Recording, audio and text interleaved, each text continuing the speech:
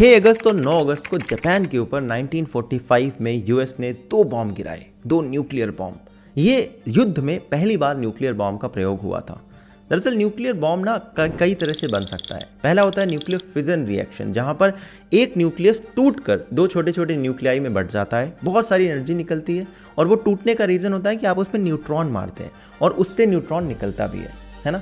और इससे जब कोई बॉम्ब बनाते हैं उसे नॉर्मल न्यूक्लियर बॉम्ब कहा जाता है। एक दूसरा तरीका भी होता है मगर न्यूक्लियर फ्यूजन, जहाँ पर आप एक एनवायरनमेंट क्रिएट करते हैं बहुत ज़्यादा एनर्जी वाला और उसके बाद 2 न्यूक्लियाई आपस में जुड़कर एक न्यूक्लियस बनाते हैं, उससे बहुत सारी एनर्जी निकलती है, न्यूट्रॉन निकलते हैं, है ना। और ये सारी जो रिएक्शन होती है अगर आप उसे कंट्रोल ना करें तो अनकंट्रोल्ड चेन रिएक्शन में कन्वर्ट हो जाती है और ये बार बार होने की वजह से बहुत सारी एनर्जी निकलती है। इनफैक्ट जो सन से हमारे पास एनर्जी आती है वो न्यूक्लियर फ्यूजन का ही नतीजा है और इसके जरिए जब बॉम्ब बनाते हैं उसे थर्मोन्यूक्लियर बॉम्ब कहते हैं और कई बार इन दोनों के कॉम्बिनेशन से भी बॉम्ब बनते हैं। और जो जापान में बॉम्ब गिराया गया था, पहला बॉम्ब हिरोशिमा पर गिरा था 6 अगस्त 1945 को। इस बॉम्ब का नाम था लिटिल बॉय। ये यूरेनियम वाला बॉम्ब था और उस समय वहाँ पर 3.5 लाख की पॉपुलेशन थी, जिसमें से आधे लोग अगले 1 महीने के अंदर अंदर मर गए थे। कुछ तो इंस्टेंटली मर गए और बाकी कुछ रेडियो एक्टिव की वजह से, कुछ घावों की वजह से, और आने वाली कई जनरेशन वहाँ पर काफ़ी बुरी तरह से बच्चे पैदा हुए, अलग अलग बीमारियों के साथ पैदा हुए। ये दुनिया में पहला बॉम्ब था जो कि किसी वॉर में यूज़ हुआ और यूएस ने इसलिए बॉम्ब फेंका था ताकि जापान सरेंडर कर दे। जापान ने सरेंडर नहीं करा तो अगला बॉम्ब गिराया गया 6 अगस्त 1945 को नागासाकी में। इस बॉम्ब से 74,000 लोगों की डेथ हुई थी। और बाय द वे आपको सरप्राइजिंगली एक बात बताऊं, इस न्यूक्लियर बॉम्ब की वजह से जो एक दिन में डेथ हुई है वो कहीं ज़्यादा कम थी उन डेथ्स के मुकाबले में जो यूएस नॉर्मल बॉम्ब गिराकर जापान में कर रहा था। टोक्यो में एक दिन में यूएस ने नॉर्मल बॉम्बिंग से 1 लाख लोगों को मारा था और यूएस कह रहा था कि भाई आप अगर सरेंडर नहीं करते हो तो हम बहुत सारे न्यूक्लियर बॉम्ब लेकर आएंगे और एक एक करके आपकी सिटी दर सिटी को तबाह करते जाएंगे। और इसी वजह से फिर फाइनली जापान ने 15 अगस्त 1945 को सरेंडर करा और फिर हमारी वर्ल्ड वॉर ख़त्म हुई। आप इमेजिन कर सकते हो किस तरह की क्रूरता, किस तरह का अजीब सा एनवायरनमेंट क्रिएट हुआ था। आज से 70-80 साल पहले की बात है। पहला बॉम्ब जो गिरा था हिरोशिमा में उसका नाम था लिटिल बॉय। इस बॉम्ब को बनाने में यूरेनियम का यूज़ हुआ था और ये एक गन टाइप यूरेनियम बॉम्ब था। इस बॉम्ब को 34,000 फीट से गिराया गया था और ये 1500 फीट पर जाकर फट गया था और इससे 15,000 टन टीएनटी के बराबर विस्फोट हुआ था। तो गिराने वाले प्लेन का नाम था इनोला गे, जो कि इसके पायलट की मदर के नाम पर रखा गया था।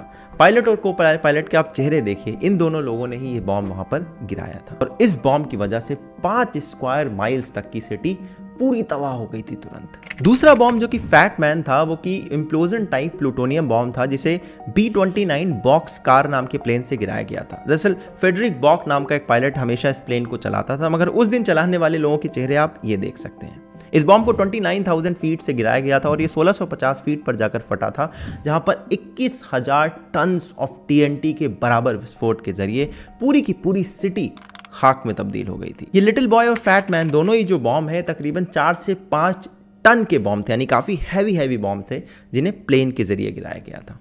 मगर जापान पर इतने खतरनाक हमलों के बावजूद भी जापानीज़ ने अपनी सिटीज़ को वापस से खड़ा कर लिया, वापस से सब चीज़ें ठीक कर ली।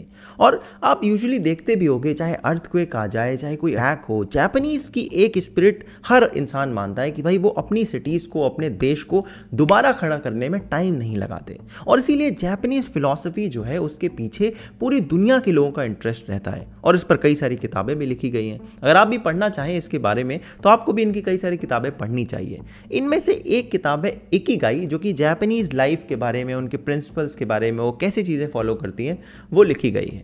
अगर आप इस बुक को ऑडियो के फॉर्म में सुनना चाहें तो उसमें मदद कर सकते हैं हमारे सेगमेंट स्पॉन्सर कुकू FM। इस प्लेटफॉर्म पर आप ये बुक तो सुन ही सकते हैं, उसके साथ साथ हजारों बुक्स अवेलेबल हैं ऑडियो बुक के फॉर्मेट में, जिसे आप कभी भी चलते फिरते, घूमते टहलते सुन सकते हैं बड़े आराम से, है ना। यहाँ पर आपको अलग अलग लैंग्वेजेस में, जो हिंदी के अलावा रीजनल लैंग्वेजेस में भी बुक्स मिलेंगी और थीम्स में अगर आप देखें तो चाहे थ्रिलर बुक्स हों, चाहे ऑटोबायोग्राफीज़ हों, चाहे फिर इस तरह की सेल्फ हेल्प बुक्स हों, ये आपको खूब सारी मिलेंगी। और वैसे इनका प्लेटफॉर्म बड़ा अफोर्डेबल है पूरे साल के लिए। बट चूंकि आप हमारा चैनल देखते हैं तो नीचे डिस्क्रिप्शन में लिंक है और ये कूपन कोड अगर आप यूज़ करें तो इनकी पूरे साल का सब्सक्रिप्शन आपको पर डे 1 रुपए से भी कम में मिल जाएगा। इतना कॉस्ट इफेक्टिव प्लेटफॉर्म ये है, तो आप अभी वेट क्या कर रहे हैं, जाइए इन्हें थोड़ा हमारी तरफ से प्यार दिखाइए, सब्सक्रिप्शन लीजिए। और बिना सब्सक्रिप्शन के भी आप इनके सर्विस को चेकआउट कर सकते हैं, बट सब्सक्रिप्शन लेकर आपको पूरे प्लेटफॉर्म का एक्सेस मिल जाता है। तो इन्हें चेकआउट ज़रूर करिएगा। और हम लौटते हैं अपनी कहानी में वापस। अब सवाल ये खड़ा होता है कि आखिर ये न्यूक्लियर बॉम्ब आए कहाँ से, यूएस ने इन्हें बनाया कैसे। तो यूएस ने एक प्रोजेक्ट शुरू करा था जिसका नाम था द मैनहट्टन प्रोजेक्ट। इस बॉम्बिंग से 1 महीने पहले ही यूएस को सक्सेस मिली थी ट्रिनिटी साइट पर, जहां पर उन्होंने द गैजेट नाम के बॉम्ब को टेस्ट करा था। ये गोल सा दिखने वाला प्लूटोनियम बॉम्ब था जो मैनहट्टन प्रोजेक्ट के जरिए बनाया गया था, जिसमें कुछ जर्मन्स ने यूएस की मदद करी थी। नाउ अब सवाल ये उठता है कि आखिर इस बॉम्बिंग ने हमारी हिस्ट्री को कैसे चेंज करा। यकीन मानिए इतनी इंटरेस्टिंग कहानी है जिसमें आइंस्टाइन तक इन्वॉल्व है। दरअसल आइंस्टाइन ने उस समय यूएस के प्रेसिडेंट को ये जाकर बताया कि भाई जर्मनी एक न्यूक्लियर बॉम्ब पर काम कर रहा है, उसे रोकना चाहिए। मगर रोकने की बजाय रूजवेल्ट ने कहा कि हम भी बॉम्ब बनाएंगे। और फिर प्रेसिडेंट चेंज हो गए, बॉम्ब बन गया, मैनहट्टन प्रोजेक्ट सक्सेसफुल रहा। मगर उस प्रोजेक्ट में इन्वॉल्व सारे लोगों ने लिख लिख कर नए प्रेसिडेंट से कहा कि प्लीज इस बॉम्ब को कभी यूज मत करना।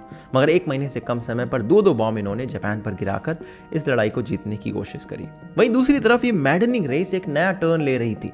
यूएसएसआर, जो कि आज रशिया कहा जाता है, वो भी इस तरह के बॉम्ब बनाने की कोशिश कर रहा था 1943 से। और 1949 में फाइनली उसने दी लाइटनिंग बनाया, जो कि उनका पहला न्यूक्लियर बॉम्ब था। अब चूंकि यूएसएसआर और यूएस में लड़ाई थी तो एक दूसरे को वन अप करने की कोशिश करते रहते थे। अब दोनों के पास न्यूक्लियर बॉम्ब हो गए। यूएस ने कहा अब हम थर्मो न्यूक्लियर बॉम्ब बनाएंगे ताकि यूएसएसआर थोड़ा सा अपने कदम पीछे खींचे। मगर ये पीछे खींचने की बजाय उन्होंने उनको और उकसा दिया और 1961 में यूएसएसआर ने अपना पहला थर्मोन्यूक्लियर बॉम्ब भी बना लिया, जिसे TSAR बॉम्ब कहा गया। ये और ज्यादा खतरनाक था। इसमें 50 टन TNT के बराबर विस्फोट होता था और माउंट एवरेस्ट जितना बड़ा उसका जो मशरूम बनता है वो बनता था। अच्छा, इसके बाद और ज़्यादा ये चीज़ें इंटेंस होती चली गई। 1962 में क्यूबन मिसाइल क्राइसिस हुई, जहां पर कहा गया कि यूएसएसआर क्यूबा के पास में अपनी मिसाइल से इकट्ठा कर रहा है और शायद यूएस और यूएसएसआर के बीच में एक न्यूक्लियर वॉर छिड़ जाएगा। एक मंथ लॉन्ग पीरियड था जहां पर इस तरह की इंटेंस सिचुएशन बनी रही। सबको देखते हुए 1955 में कुछ फिजिसिस्ट ने एक मैनिफेस्टो निकाला, जहां उन्होंने कहा कि भाई हमें चुनना होगा एज ह्यूमैनिटी कि हम लड़ाई का रास्ता चुनते हैं या अपनी सेफ्टी का रास्ता चुनते हैं। और उसके बाद यूएस और यूएसएसआर के बीच में कई सारी ट्रीटीज साइन हुई, जैसे 1963 में पार्शियल टेस्ट बैन लगाने की बात करी गई और 68 में न्यूक्लियर नॉन प्रोलिफरेशन की ट्रीटी साइन हुई और बहुत सारी ट्रीटीज साइन हुई। कहते हैं 1986 का एक जमाना था जब दुनिया में सबसे ज्यादा न्यूक्लियर वॉरहेड थे 70,300। अभी ये घटकर 13,410 रह गए, जिसमें से 91% यूएस और रशिया के पास है। बाकी जो 9% बचते हैं उसमें France, China, UK, Israel, Pakistan, India, North Korea, इन सब के पास में है। कहते हैं ईरान वगैरह भी इसको बनाने की कोशिश कर रहा है, जिस पर लगातार यूएस अपने सैंक्शन लगाता रहता है। तो ये है अभी की सिचुएशन न्यूक्लियर वॉरफेयर के मामले में। अब फ्यूचर कैसा दिखता है उसके लिए कई लोग चिंतित हैं। देखो, न्यूक्लियर वेपन इतना खतरनाक हथियार है जिससे पूरी दुनिया खत्म की जा सकती है अगर 4-5 देश अगर चाह लें।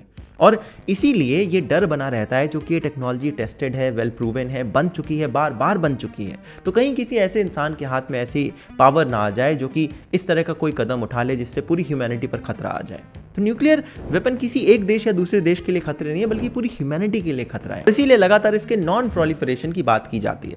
मगर उसके बाद ये भी बात सही है कि यूएस और रशिया एक बहुत बड़ी सुपर पावर के रूप में रहे हैं बहुत लंबे समय तक, और ये चाहते थे कि ग्लोबल डोमिनेंस हमारा हो। 91% वेपन खुद लेकर बैठे हैं और दूसरों से नॉन प्रोलिफरेशन की बात करते हैं। इसीलिए भारत ने जब ये टेस्टिंग करी तो भारत के लोग काफी खुश थे कि एटलीस्ट हमारे पास भी अब इस तरह के हथियार हैं कि हमें कोई डरा नहीं सकता इस बात को लेकर कि हम तुम्हारे ऊपर ये हथियार चला देंगे, तुम्हारे पास तो है नहीं। मगर इस तरह के वेपन्स को दुनिया से कम करना हमारा मिशन होना चाहिए। ये बड़ी बड़ी कंट्रीज को भी अपने वेपन छोड़ने होंगे और बाकी कंट्रीज में इसका और प्रोलिफरेशन ना हो, इस पर भी ध्यान देना होगा। मगर प्रॉब्लम ये है कि ये कैन ऑफ वर्म है, एक बारी वो खुल गया तो वापस उसमें डालना बहुत मुश्किल हो जाता है। और ऐसी खतरनाक टेक्नोलॉजी एक बार बन गई तो फिर ये हमेशा डर बना रहता है कि पूरी दुनिया अगर इसे खत्म भी कर दे तब भी कोई सनकी, कोई पागल किसी दुनिया के किसी कोने में बैठकर इस तरह के एक्सपेरिमेंट करके पूरी दुनिया को खत्म करने की योजना बना सकता है। और इसीलिए इससे हमेशा डर बना रहेगा। तो ये छोटी सी कहानी थी जो मुझे आपको सुनानी थी। और इससे पहले आप भूल जाएं, डिस्क्रिप्शन और पिन कमेंट में कुकू एफएम का लिंक पड़ा हुआ है, तो आप उसे जरूर चेकआउट करिएगा। और अगर आप सब्सक्रिप्शन ले तो हमारा कूपन कोड यूज कीजिएगा, आपको डिस्काउंट मिलेगा। That's it for today's video, I hope you liked it. इसके साथ आप हमारे वीकली न्यूज़लेटर को सब्सक्राइब करें, जहां पर कुछ इंटरेस्टिंग वीडियो और आर्टिकल के लिंक आपको मिलेंगे। आप हमारे वीकली पॉडकास्ट को सुने, जहां पर पूरे हफ्ते की हम न्यूज डिस्कस करते हैं और हफ्ते के 3 वीडियोज आपको मिलते ही है। डेली अपडेट्स के लिए आप इंस्टाग्राम और ट्विटर पर भी हमें फॉलो कर सकते हैं। और इन सब चीजों के के साथ साथ आप जुड़िए हमारे पेट्रियन से। वहाँ पर जुड़कर ना सिर्फ आप हमें डायरेक्टली फीडबैक दे पाएंगे, सजेशन दे पाएंगे, आप इन सारी चीज़ों को इम्प्रूव करने में हमारी मदद भी कर पाएंगे। तो आपसे वहाँ पर मिलूंगा, उसके साथ साथ अगले वीडियो में आपसे मुलाकात होगी। तब तक के लिए अपना ध्यान रखिएगा। जय हिंद, वंदे मातरम।